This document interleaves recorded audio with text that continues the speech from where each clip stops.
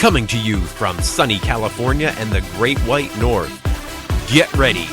We are breaking down the obstacles on the Armchair Ninja Podcast. Hello, everyone, and welcome back to the Armchair Ninja Podcast. It is Friday, June 23rd, 2017. My name is Rich, and joining me to cover the Team Ninja Warrior Finals Week 1 is Bijan. How you make it out? Oh, I'm fantastic, bro. We are a week away from you all getting serenaded once again by me proclaiming who the champ is and why. Once again, never discredit my talents of picking other people's accomplishments. Yeah, I'm so glad I had a front row seat for this one, too. So we actually got to watch this episode together, which, if you don't have anyone, friends, family that watch Ninja Warrior, I highly recommend watching it together on Skype because it's the next best thing. Lots of fun. I think we should do that every week. Oh, it's super fun rubbing it in your face. It was so much sweeter by the fact that your team was in the finals with my team. And you guys, a direct quote from Rich was, I found it fantastic right before they ran. He said, it's not even going to come close. My team's going to, it was something like the fact that your team was going to destroy mine. And yeah, something like that. Iron Grip is going to win. It's not even going to be close. I was so terrified by Allyssa Beird. I was like, don't fall in the water again. Don't fall in the water. But if she makes it through and she doesn't fall in that water, my team's got it. I mean, we have Joe Moravsky, one of the fastest people in Ninja Warrior. And then we have my man, Josh Levin, gonna pull up the rear for the team, climb up that rope of the speed climber that he is. Got this. 50% chance that I'm gonna win. Next week, it's going to be 100%. My other team's going to make it. It's going to be my two picks battling it out. Money in the bank. Calling it now. You're going to be unbearable if that happens. But okay, I'll grant it to you. Storm Team did awesome. This is a great episode. I enjoyed it thoroughly. Fantastic. There was so many back and forth and close calls, right? This was a really good one.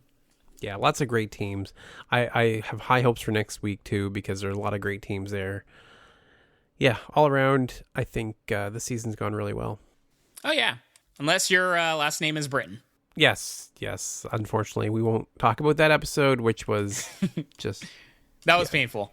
That was just a whole nightmare episode. Mm-hmm. Love you guys, but yes, that was hard. Yes, and it wasn't just... And to be fair, it wasn't even just them. It was Flip falling, and it was the whole episode was just awful awful to witness, and I don't want to talk about it anymore. Let's get on to this episode, which was great. We had the new obstacle in this episode was the tire swing. Now, it's funny because I already know your opinion of it. What do you think of the tire swing? Did not like it at all. It wasn't... I prefer obstacles where there's a lot of, like, so much difficulty, where there's a chance for a competitor to make up some ground, you know, where it takes a lot of time to get through. And we saw, at least with Barclay Stockett, that she had she had to figure it out at the very beginning. But other than that, I mean, a lot of the competitors were able to figure it out very quickly. You just swing from one to the other. And especially with the male competitors, there's just not the difficulty there to make up any ground.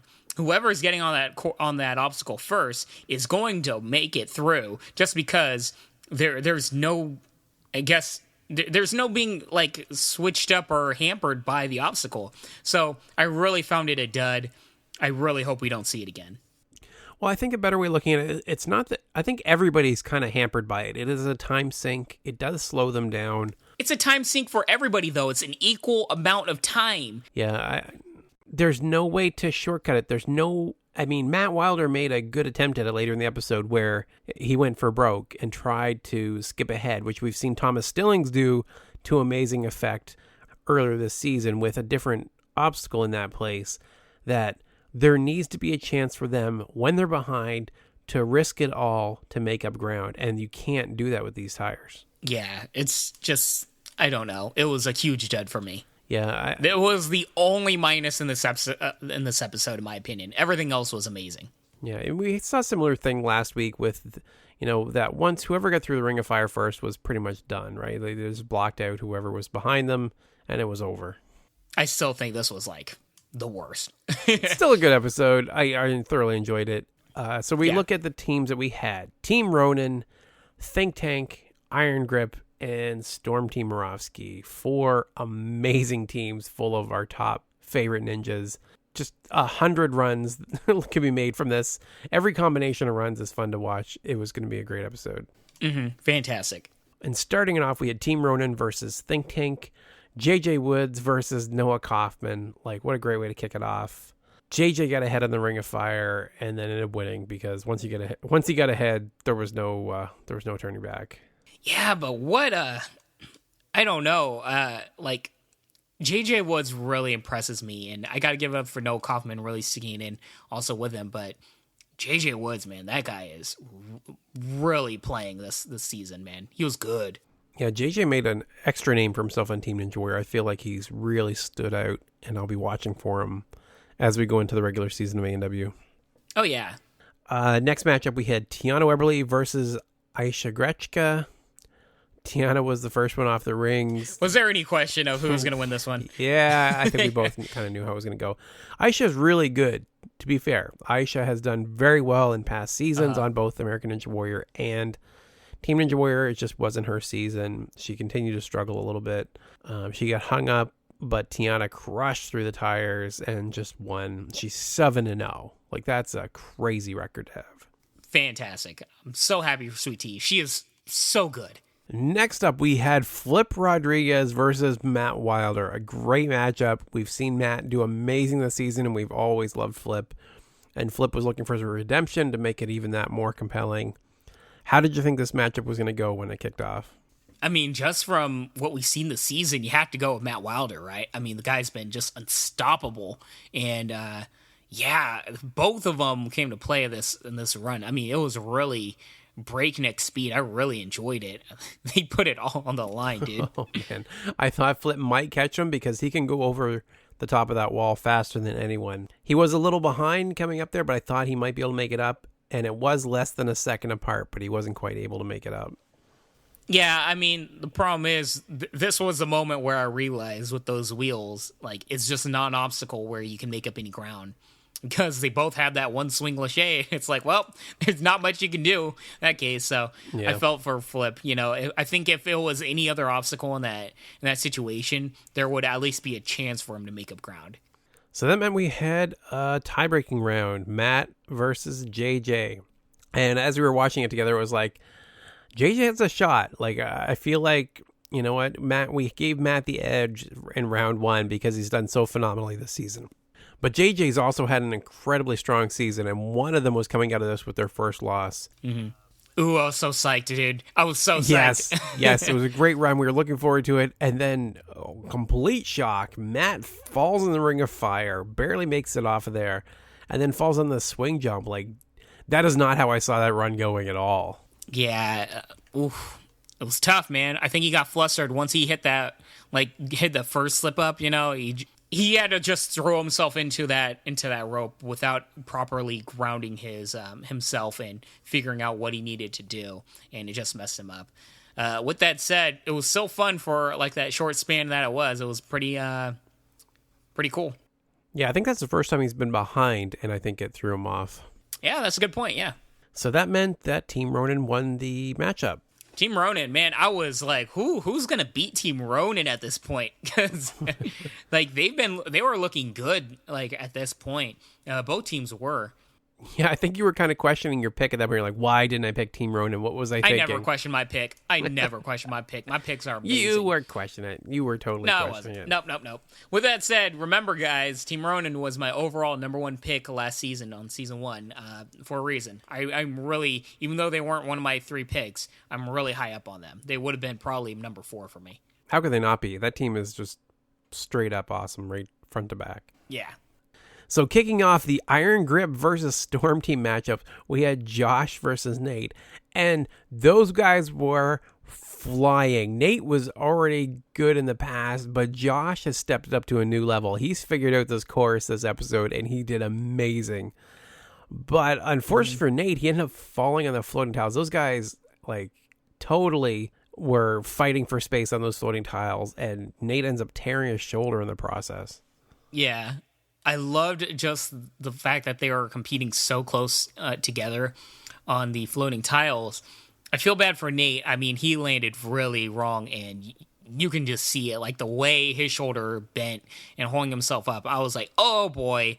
And sure enough, I mean, that's got to be a brutal tear. That was probably a big tear too, because just the way you landed and you just see it. I mean, that's pretty severe. So I feel for him. I hope he gets better soon. I hope hopefully it's not as bad as maybe it looked. Brutal to see. Never want to see anybody hurt. With that said, Josh Levin, very much so, figured out the course. Like, I was worried for, I think both of us were a little worried for him when we first saw him this season, but he definitely figured out like what he needed to do, and he did phenomenal in this run. Big ups on him. It's that adaptability that really makes a competitor, and he very much adapted very quickly. Yeah, it's got to be a little jarring because you're used to tackling ANW in a measured pace. You're used to going and making sure you're doing everything perfectly. But with Team Ninja Warrior, you just go, and you have to trust your instincts and just go as fast as you possibly can in a lot of cases, right? It's a whole different sport in a lot of ways, but it's amazing. I absolutely love it. Yeah, exactly. And I'm glad to see him doing well. Yes, he proved he can definitely hang in there. And next we had Allyssa Beird versus Barclay Stockett, who was a shining star in this recent episode of San Antonio qualifiers for ANW, and we get to see that she was proving it last year when they recorded Team Ninja Warrior as well. Yeah, I was like, we could just see how good she is also. Like, she's just so good, so talented. I don't even know what to say anymore about Barclay Stockett. She's phenomenal, dude. They were both really good in this run, and I feel like Allyssa, like, especially as you commented earlier, like hoping she didn't fall, like she did really good this run. They were back and forth. Barclay started struggling on the tires. She couldn't quite figure them out at first, but she used her feet. Allyssa got ahead, but had to pause because she had gotten her feet wet earlier in the race, and Barclay jumps off the tire, races past her up the wall, and finishes. Like, great run. Like, everything we love about Team Ninja Warrior in one run.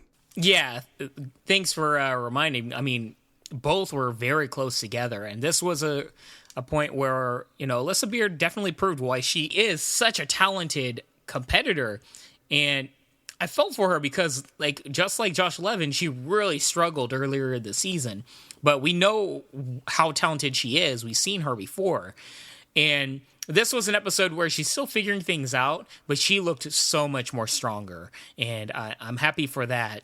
Barclay Stockett's just so good, though, man, and it's interesting. You have to think if Allyssa Beird didn't get her feet wet, what would have happened in that situation? Very interesting, but you know, she did get her feet wet, and good for Barclay Stockett.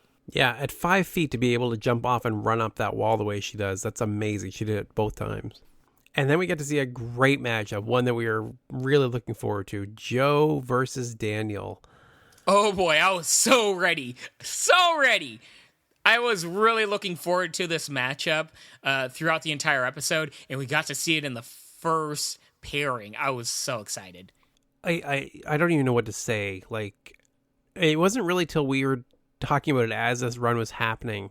And I think this is the point when you made the comment that if Joe makes a small mistake, Daniel will take it home. And I realized that Joe's never made a small mistake that I can think of in any season of Ninja Warrior. Like, he usually falls in stage 3. He did fall in stage 2 the last season. Like, he doesn't make mistakes. Like, how crazy is that? Yeah, he's always just, like, I always talk about how technical he is, but it's that technicality that makes him so phenomenal, of the fact that he just makes everything so smooth. And the thing about Daniel Gill is he's also very smooth. They're very similar in style and everything. So I was really looking forward to this.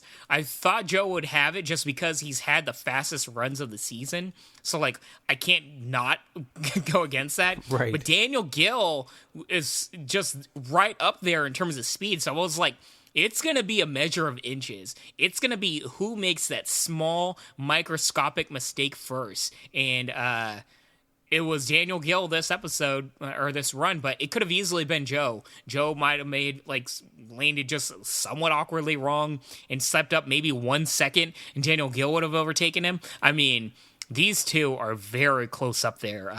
Very impressed with both of them, actually. In many ways, they both won with this run. Yeah, like Daniel posts like a ridiculous time, but it doesn't matter because Joe posts the fastest time of the entire season, 30.85 seconds. Yeah, exactly, dude. Like, he is just amazing. So glad he's on my ANW fantasy team. And I'm so glad he's on my TNW fantasy league. Yeah, and he's gonna win the entire thing. Fair enough. So, gonna rub that in, bruh. But also, huge congratulations to Joe. I really feel like competition really brings out the best in him, and this is just another example of it. He really puts it into high gear when all the pressure is on, and I really respect that. Yeah, individually, I wonder how it would go if you ran the same kind of race, all individuals, just strictly on time. I feel like Joe would probably take it. Yeah, most likely. I mean, in many ways, we already know he's made the fastest time. Right. Fastest the only run, problem with we can't. The only reason we can't measure it so directly, and the reason I don't like them mentioning the fastest time a lot of the time, is because with that obstacle switching out at the 5th position, it changes everything. Yeah, and in many ways, I kind of want to see Adam Rail on this, seeing how he won the Wolfpack Ninja Tour against so many high level competitors, and in many ways, the Wolfpack Ninja Tour course is pretty similar to the TNW course. So I kind of want to see him show what he's got on this course. Good point. But yeah, Joe's amazing, killed it again, and so that meant that Storm Team would be facing Think Tank in the elimination round, and Iron Grip had to go up against Team Ronin right away. So that is a bad position to be in, going up against Team Ronin. Say that again. After just running your rounds. Like, it's hard to imagine a worse position to be in. It's brutal, dude. But we also got an alternate. So why don't you talk about that? Yeah, because Nate fell on the floating tiles and tore his shoulder, that meant that Scott Wilson, the infamous, amazing Scott Wilson, notorious ninja from such previous runs as something that, I don't know, a city finals course or something. I feel bad. I have no idea who this guy is. We were both like laughing. We were both outright laughing, and I feel bad for Scott because we were going like, gee, I wonder who's going to win this round. Like, this is just ridiculous to put JJ up against this guy. JJ got hung up with the Ring of Fire, and Scott just blows through the whole course and wins the round. Yeah, I was thoroughly surprised, pleasantly surprised. I mean, good on this kid. He's completely cold. He's not well known yet, and he's going up against somebody that's completely undefeated this entire season. And he not only beat JJ Woods, but he also flew through the course with relative ease. Like, he wasn't stopped up by anything. So even if JJ Woods wouldn't have fallen, it would have been a close matchup. Really impressed with this kid. Good on him for showing what he's got, especially as an alternate. You know, he had a lot to prove, and he definitely showed what he's got. Yeah, Scott proved himself skilled. I really felt like it was a little frantic. He kind of had that feeling that he was going fast as he possibly could, which, good on him for putting it all out there. You can see on his face that he is just going as fast as he possibly can. Because why wouldn't you? Like, really, he has his shot right now. He knows everybody's watching. He knows he's got to prove himself right now, and he did. He did a great job. But I just feel like he doesn't quite move through it with the ease of a Joe Moravsky or a Thomas Stillings or Daniel Gill. It's like, it's just all guts and determination. Just, I am throwing myself at these obstacles and I am going to win. But moving on to the women's round, in an epic matchup that we were so excited to see, Barclay Stockett versus Tiana Webberley. Yes. Oh man, I was giddy. I was genuinely giddy. And going into this race, who do you think was going to win? I had Tiana. I really did. As much as I like Barclay, I just thought Tiana had a little bit more experience. She didn't get, I think we even said, like, you know, she didn't get hung up on the tires the way that Barclay had the first time. I thought that was the X factor. Yeah. I thought Tiana knows this course enough where nothing has really shown that she's going to slip up. But Barclay, I had to imagine she'd adapt with that tire swing, but we just don't know at that point. I really felt the Ring of Fire was going to be the X factor. Yeah, in a strange twist here, Tiana ended up grabbing, all it took was she grabbed the last tire, that extra tire, and Barclay dismounted it early, as we've seen other people do, and that was it. She was up the wall, and it was done. That low ball of fire, man, she just flew up that, and good on her. I mean, just really surpassing everybody's expectations. Really showing that she's pretty much the strongest on her team. I mean, she's been phenomenal. Yep, so that meant that we went to the anchor run with Flip versus Daniel. Like, this is like the runs to end all runs here. Like, great matchup. Couldn't wait to see what happened. Oh, yeah. Daniel got ahead by the tires and just brought it home. It was kind of a straightforward race. It's one of those ones, right? Whoever gets ahead early, that's it. There's just no getting past them. And it kind of, as you said earlier, kind of points out the problem with using the tires at that point of the race. It just doesn't really give much of an opportunity to make up time. Mm-hmm. I mean, the writing was on the wall at that point. But one thing I just realized, how we never had Thomas Stillings versus Daniel Gill on Team Ninja Warrior. How? I feel like they tried to split everyone up. Yeah, I feel like they want those big epic matchups for the end. So they split them up in their individual episodes, and you just don't get to see it because, like, I want to see so many matchups, and they just don't pair them off to begin with. They want the top seeds to meet in the finals. Yeah, like getting like Megan Martin versus Jessie Graff or that kind of those. Stuff. Yeah, I feel you. I want Jessie LeBrack versus Jessie Graff is what I want to see. Oh, I know. Yeah, I think a lot of people do, but there are definitely some matchups that everybody can just pull out of the hat and be like, "Oh, I'd really love to see that." A part of me really wants to see Barclay Stockett versus Casey Catanzaro now, seeing how they're so similar in size. Yes, something like that would be great. Because even though people hate on Casey's been, I believe, undefeated this season. Both seasons, I'm pretty sure. Oh, yeah. Well, there you go. The little one that could, under the radar, under all that hate, people forget she's actually talented. Go figure. But yeah, that meant that Iron Grip was heading to the relay showdown. So then we just had to see who was coming. So good on you. You got your team in the relay. Good for you. Yes. Clap, clap, clap. Yeah. Get a participation prize. No. It's your generation that has the participation ribbons, not mine. True. I'll take it. Just lean into it. Like, yeah, totally own that. We've got the so to wrap it all up, we've got Storm Team versus Think Tank to see who's going to be entering the relay showdown. How did you take the odds for Storm Team at this point? Well, I had them high, but I could very much see, for me, the big wild card was going to be Matt Wilder, because he's kind of been like carrying his team, and we've seen in previous episodes that a team captain can really get his team all the way to the relay. But then, in the relay, the rest of the team would have to hold their own weight. But it was very much who's going to be able to beat Matt Wilder. And the instant that dude fell, I was like, well, there we go. Storm Team all the way, bro. Yeah, once I realized who he was going to be facing, it was like, okay, if there's anyone that's going to be Matt Wilder, it's going to be Joe. So it's Joe, yeah. Yeah, let's see how the rest of the runs went, though. We had Noah versus Josh, which is kind of cool to see the climbers squaring off. Not just that, I mean, Noah's almost twice Josh's age. I mean, it was really cool. Old school, new school, different generations, different styles, very different things going into this. It was fun.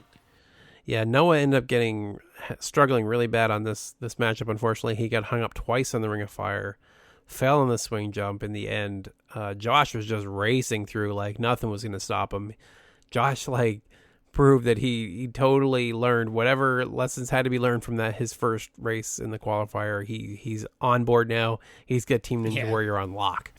Oh yeah. Good on him. And I very much feel Josh Levin's going to, every time is going to really, really prove his strengths when it comes to the relay. Yeah, definitely. He did well. Even in the original relay that they ran, he did really well to bring it home for his team. It's like Joe is the guy that's really going to cement the team going really, really far to get to the relay. And then Josh Levin's just got in the bag at the relay itself. So it's a really cool dynamic having those two there. And Allyssa Beird is holding her own. I just love the dynamics of this team. Speaking of Allyssa, we get to see Allyssa versus Aisha. Aisha was the first. I was going into this match, I was like, this has a big chance of being a complete hot mess. Yeah, we kind of thought it might be one of those, who's going to fall first matchups. That's not what we got at all. Aisha was the first of the tires, but Allyssa got past her and up the wall to hit the buzzer. Yeah, they did fine. I think compared to the rest of the field, it was kind of like, oh boy. But when you just compare them to, like at their own level, it was actually a pretty fun matchup. Yeah. We can't hold everyone to the Joe Moravsky, Daniel Gill, Barclay Stockett, Tiana Webberley level. Like they are like the top best out there. These two did really well. Mm-hmm. So speaking of top level, we have the two fastest ninjas out there. I think that's almost undisputed. Joe definitely had the fastest time. I believe Matt was right behind him. Matt, earlier this season, posted the fastest time. So they are going back and forth. Yeah, so it was a matter of who's going to pull it off here in the final showdown. Joe got ahead, and Matt just could not catch him. Once Joe got the lead, he just went way too fast. And Matt, God bless him, decided to leap for that second tire, and that was his only option. Totally on board with it. Matt, you did what you could, and I think we applaud you for the effort. Yeah, seriously, like I was cheering because if you're behind and you're up against somebody like Joe Moravsky, you just have to throw you have to throw anything at the wall. You have to go for it. And good on him. He could have taken the safe route and just finished the course behind Joe, but he tried to go for that second tire. And I applaud him for it. It just wasn't in the cards with how the tires were set up. Dude, I mean, when you're going against Joe Moravsky, you just have to be 100% flawless. Yeah. Like, what are you going to do? I feel for everybody. Like, if you're looking across the matchup and you see Joe, you're like, welp. It's like, it's tough. Please don't let me embarrass myself would be my thought at that point. Like, can I please not break my neck in the process here? It's like, let me get past the third obstacle by the time he hits the buzzer, please. But it was a great matchup. So that meant in the finale, as Bijan and I are watching this episode together, we have Storm Team versus Iron Grip. Like, you could just imagine the crap talk I was giving Rich. And Rich was giving it back, but I was just laughing. I'm like, you are so wrong. But it was so fun. I thought Iron Grip had it. I was so confident I did literally call that they were it wasn't even going to be close. Like, that they were going to just blow them away. All I said was, Storm is going to be behind until we get to Josh Levin. And then Josh is just going to steamroll to the end. And Daniel Gill is really talented. I was like, Daniel Gill is going to give him a tough time. But we're talking against a world-class speed climber. Nobody's beating Josh Levin. Yeah, unfortunately, that's how it worked out. We had to start off Allyssa versus Barclay, then Joe versus Scott in the middle, and Josh versus Daniel to wrap it up. I don't know what to say. I was so terrified with Beird. I'm like, don't drop in the water. Do whatever you can. Go slow as you want. Just don't drop in that water. Oh, when she made it past the Ring of Fire, I was so happy. I'm like, we got it. We are going all the way, baby. They did great. Like, right front to back. This whole relay was just spot on. Like, I couldn't ask for a better relay. Like, they were neck and neck the whole way down. The climb off in the end, like, I just couldn't ask for more, except maybe my team winning. That's never happened. But other than that, it was wonderful. It was fantastic. And good on both Daniel Gill's team, but definitely Storm Team.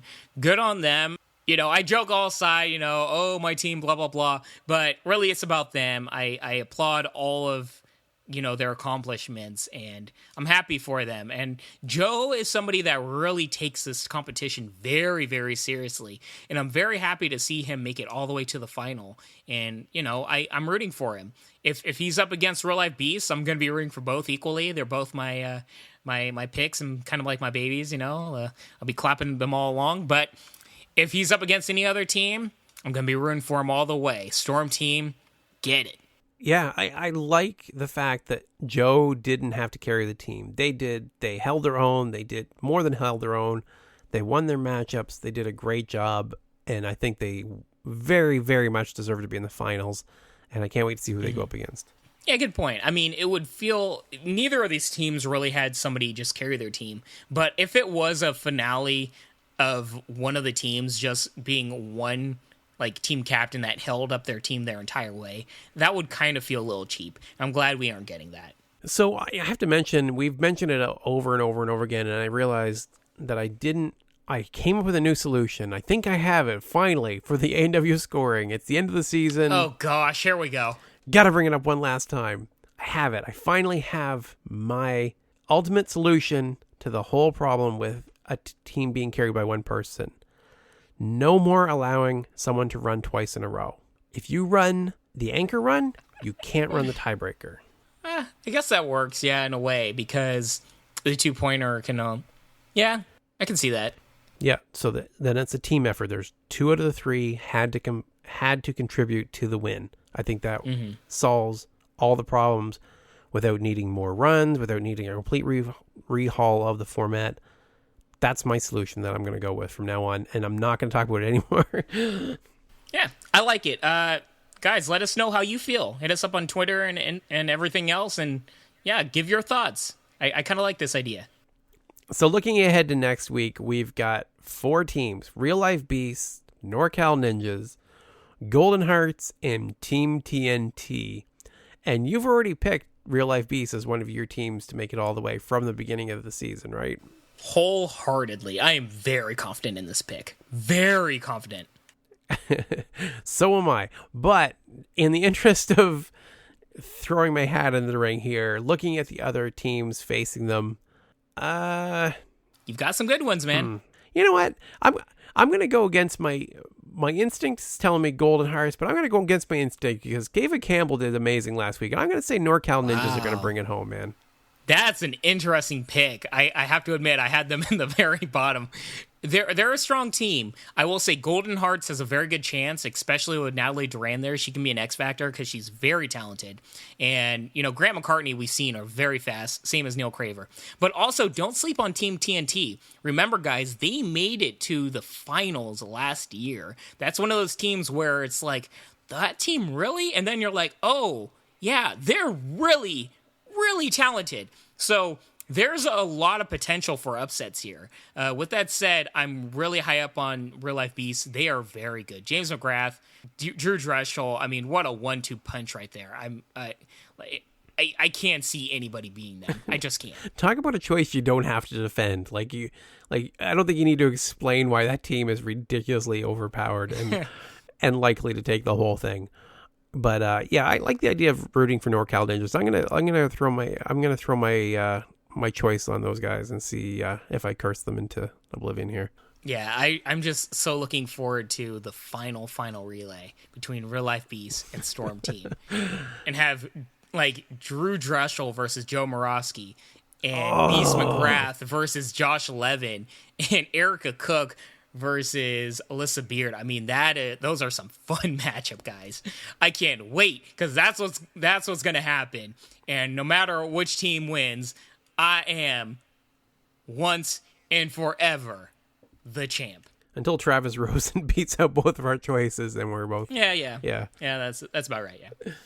Yeah. Because he is amazing. So close. If anyone's gonna do it, it'll be Travis. Travis is gonna play spoiler to this whole thing. Yep. Well, you have to imagine that guy is going to fly up that rope. Yes. Travis Rosen, if he makes it to the final stage, he can get up there. And the same with David Campbell, because we've already seen him win Ninja Warrior, so definitely some spoilers there. There's going to be some interesting runs next week. We could see Travis Rosen versus David Campbell. Oh, that's going to be good. It's going to be so good. David Campbell versus Drew Dreschel. Oh, this is going to be cool. Actually, next week's going to be a really great episode. Yes. All right, moving from Team Ninja Warrior, one thing we didn't mention at the beginning of the episode, we are going to continue. I should say Bijan's going to continue our Spartan Ultimate Team Challenge nonsense. So, how did this week's episode go for you? Well, roses off the bloom, guys. This episode sucked. It's the same. It's the same old crap, man. It's the same old crap as last season. It's just like, okay, the first episode, like, give them some credit. They're doing better. They're doing their thing. Second episode, it's literally all the same, but all of the hallmarks that just annoy with like really bad sob stories of just like, does it really need to be like this long for a story about?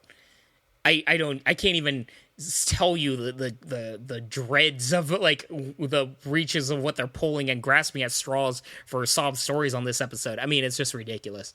And I think the number one thing I could say is like, I don't even remember really half of this, like what happened in this episode. And I literally just watched it about 40 minutes ago, guys. I couldn't even tell you half the stuff. It's just so forgettable. With that said, the course is still cool. None of it is Spartan. I have to imagine anybody that's fascinated with Spartan just hates the show to the 10th degree. But you're here to probably wonder how the ninjas did. And I gotta say, the ninjas, just like last season, they're front loaded with such amazing talent that I can't see how the ninjas are going to lose this season. I mean, they are so good.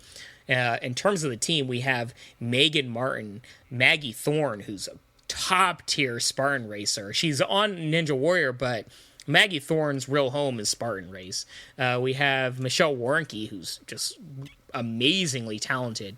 And then we have the two guys from last season with Lance Pekus and Kevin Bull just beast moding this entire course.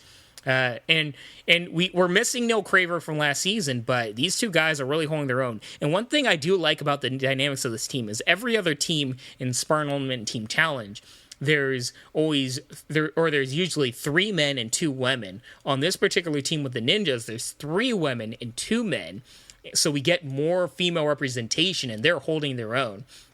With that said, and the team's just ridiculously strong. They're talented. They're just beast moding. Like nobody's even close to them throughout this entire competition. Oh, really? But one thing that I did take note of is Megan Martin was struggling quite a bit, and I think I wonder how much she was training for this. You can definitely tell that she was struggling quite often with some of these different obstacles. But maybe it's just like Josh Levin with Team Ninja Warrior, where her second going around, she'll get more comfortable around these obstacles.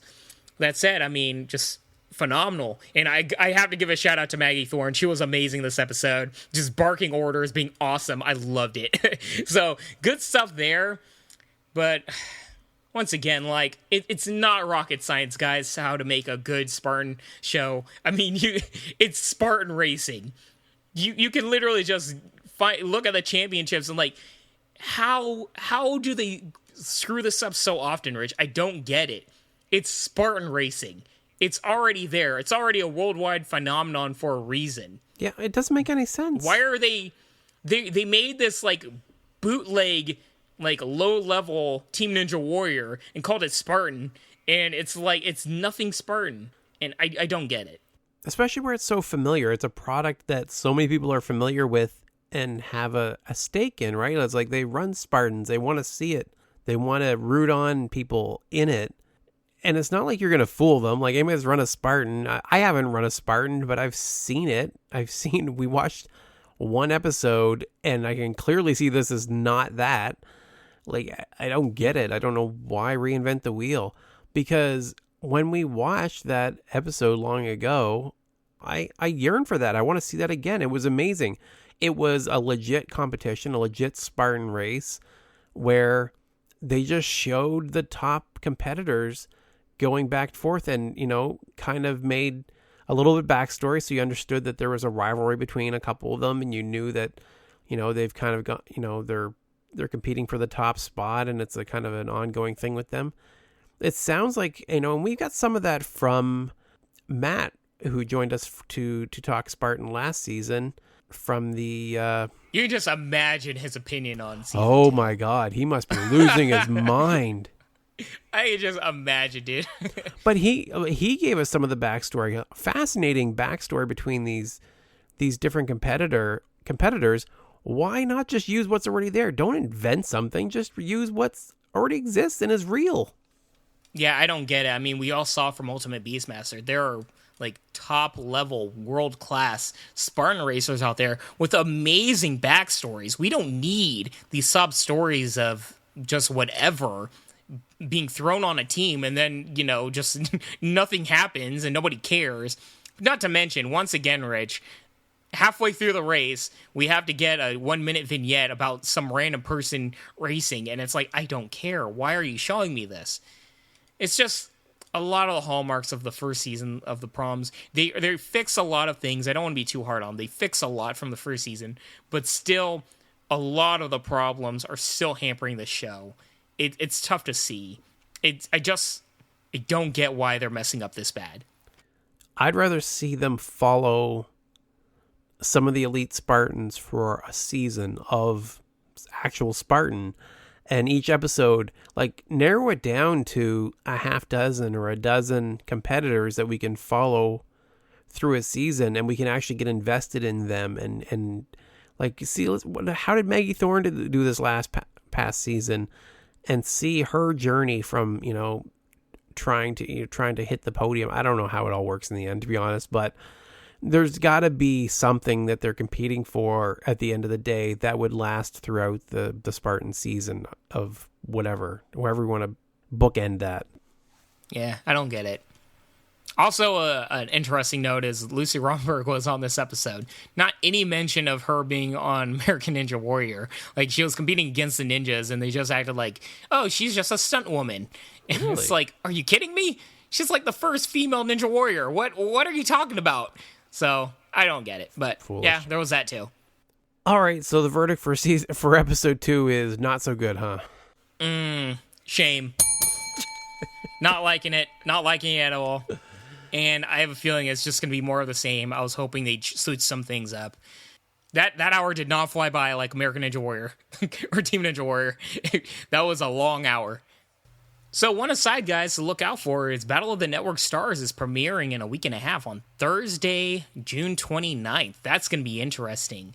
If Spartan is this bad, I might switch it up for Battle of the Network Stars. It's going to be just an aside, guys, for you guys to keep up to date on these shows, because they're kind of like side shows in near the same sport with obstacles and stuff. But I'm very intrigued with Battle of the Network Stars because it could be Ultimate Beastmaster. It's a complete unknown. We'll see what this is like, but if you're interested, just know it's going to be on Thursday, June 29th.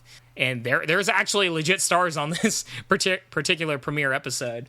We've got Joey Lawrence, Tom Arnold, Corbin Blue, Lisa Wishel, so it's going to be interesting. Yeah, there's a lot of stars on here, and it's interesting to see the mix because there's a lot of stars on here that are from my generation, names that I recognize that you probably wouldn't, and probably vice versa. I know a few of them because my kids were into like High School Musical and things like that, so I recognize Corbin Blue and things like that, but like Joey Lawrence and Kim Fields and some of these other ones like Eric Estrada that you may have no idea who these people are. I think it'd be really interesting. I think we're going to cover at least the first episode. We'll see how it goes. And if it shows promise, we'll substitute in for this Ultimate Spartan deal. Yeah. I sure hope it's good because Spartan has been really heartbreaking for me once again. Bronson Pinchot. Okay, that's it. I'm sold.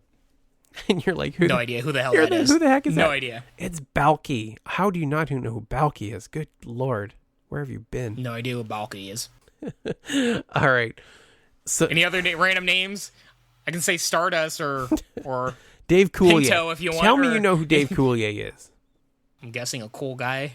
It goes A. Jeez, come on. I don't know, man. Full House. You didn't watch Full House as a kid. Oh, I did watch Full House. See, for me, I think I'd recognize faces much more than names. That's a good point. Yeah, that's Uncle Joey. Anyway. Oh, I know Uncle Joey. Okay. Why don't you just say that? Why don't you give me his real name? Uncle Joey. That's his name. Cut it out. All right, we're done for this episode. We will be back again next week to continue our coverage of ANW. If you'd like to reach out to me, you can reach me at rich@ninjapodcast.com. That is at Ninja Podcast on both Instagram and Twitter. And, which I don't mention very much, is you should like us on Facebook as well. We do post a lot of different things on there. You should check us out there as well. And Bijan, how can they reach you? You can send your congratulations to the champ at Twitter and Instagram at Bijan151. That is Bijan151. We're going to do it, baby. all the way next week. Let's go, baby! All right, thank you all for listening, and I hope you have a great week. Rich, I forgot to also add that not only has Barclay Stockett done an amazing run, but she is also our winner of the Athletically Profound Run of the Night. Congratulations, Barclay! Woo!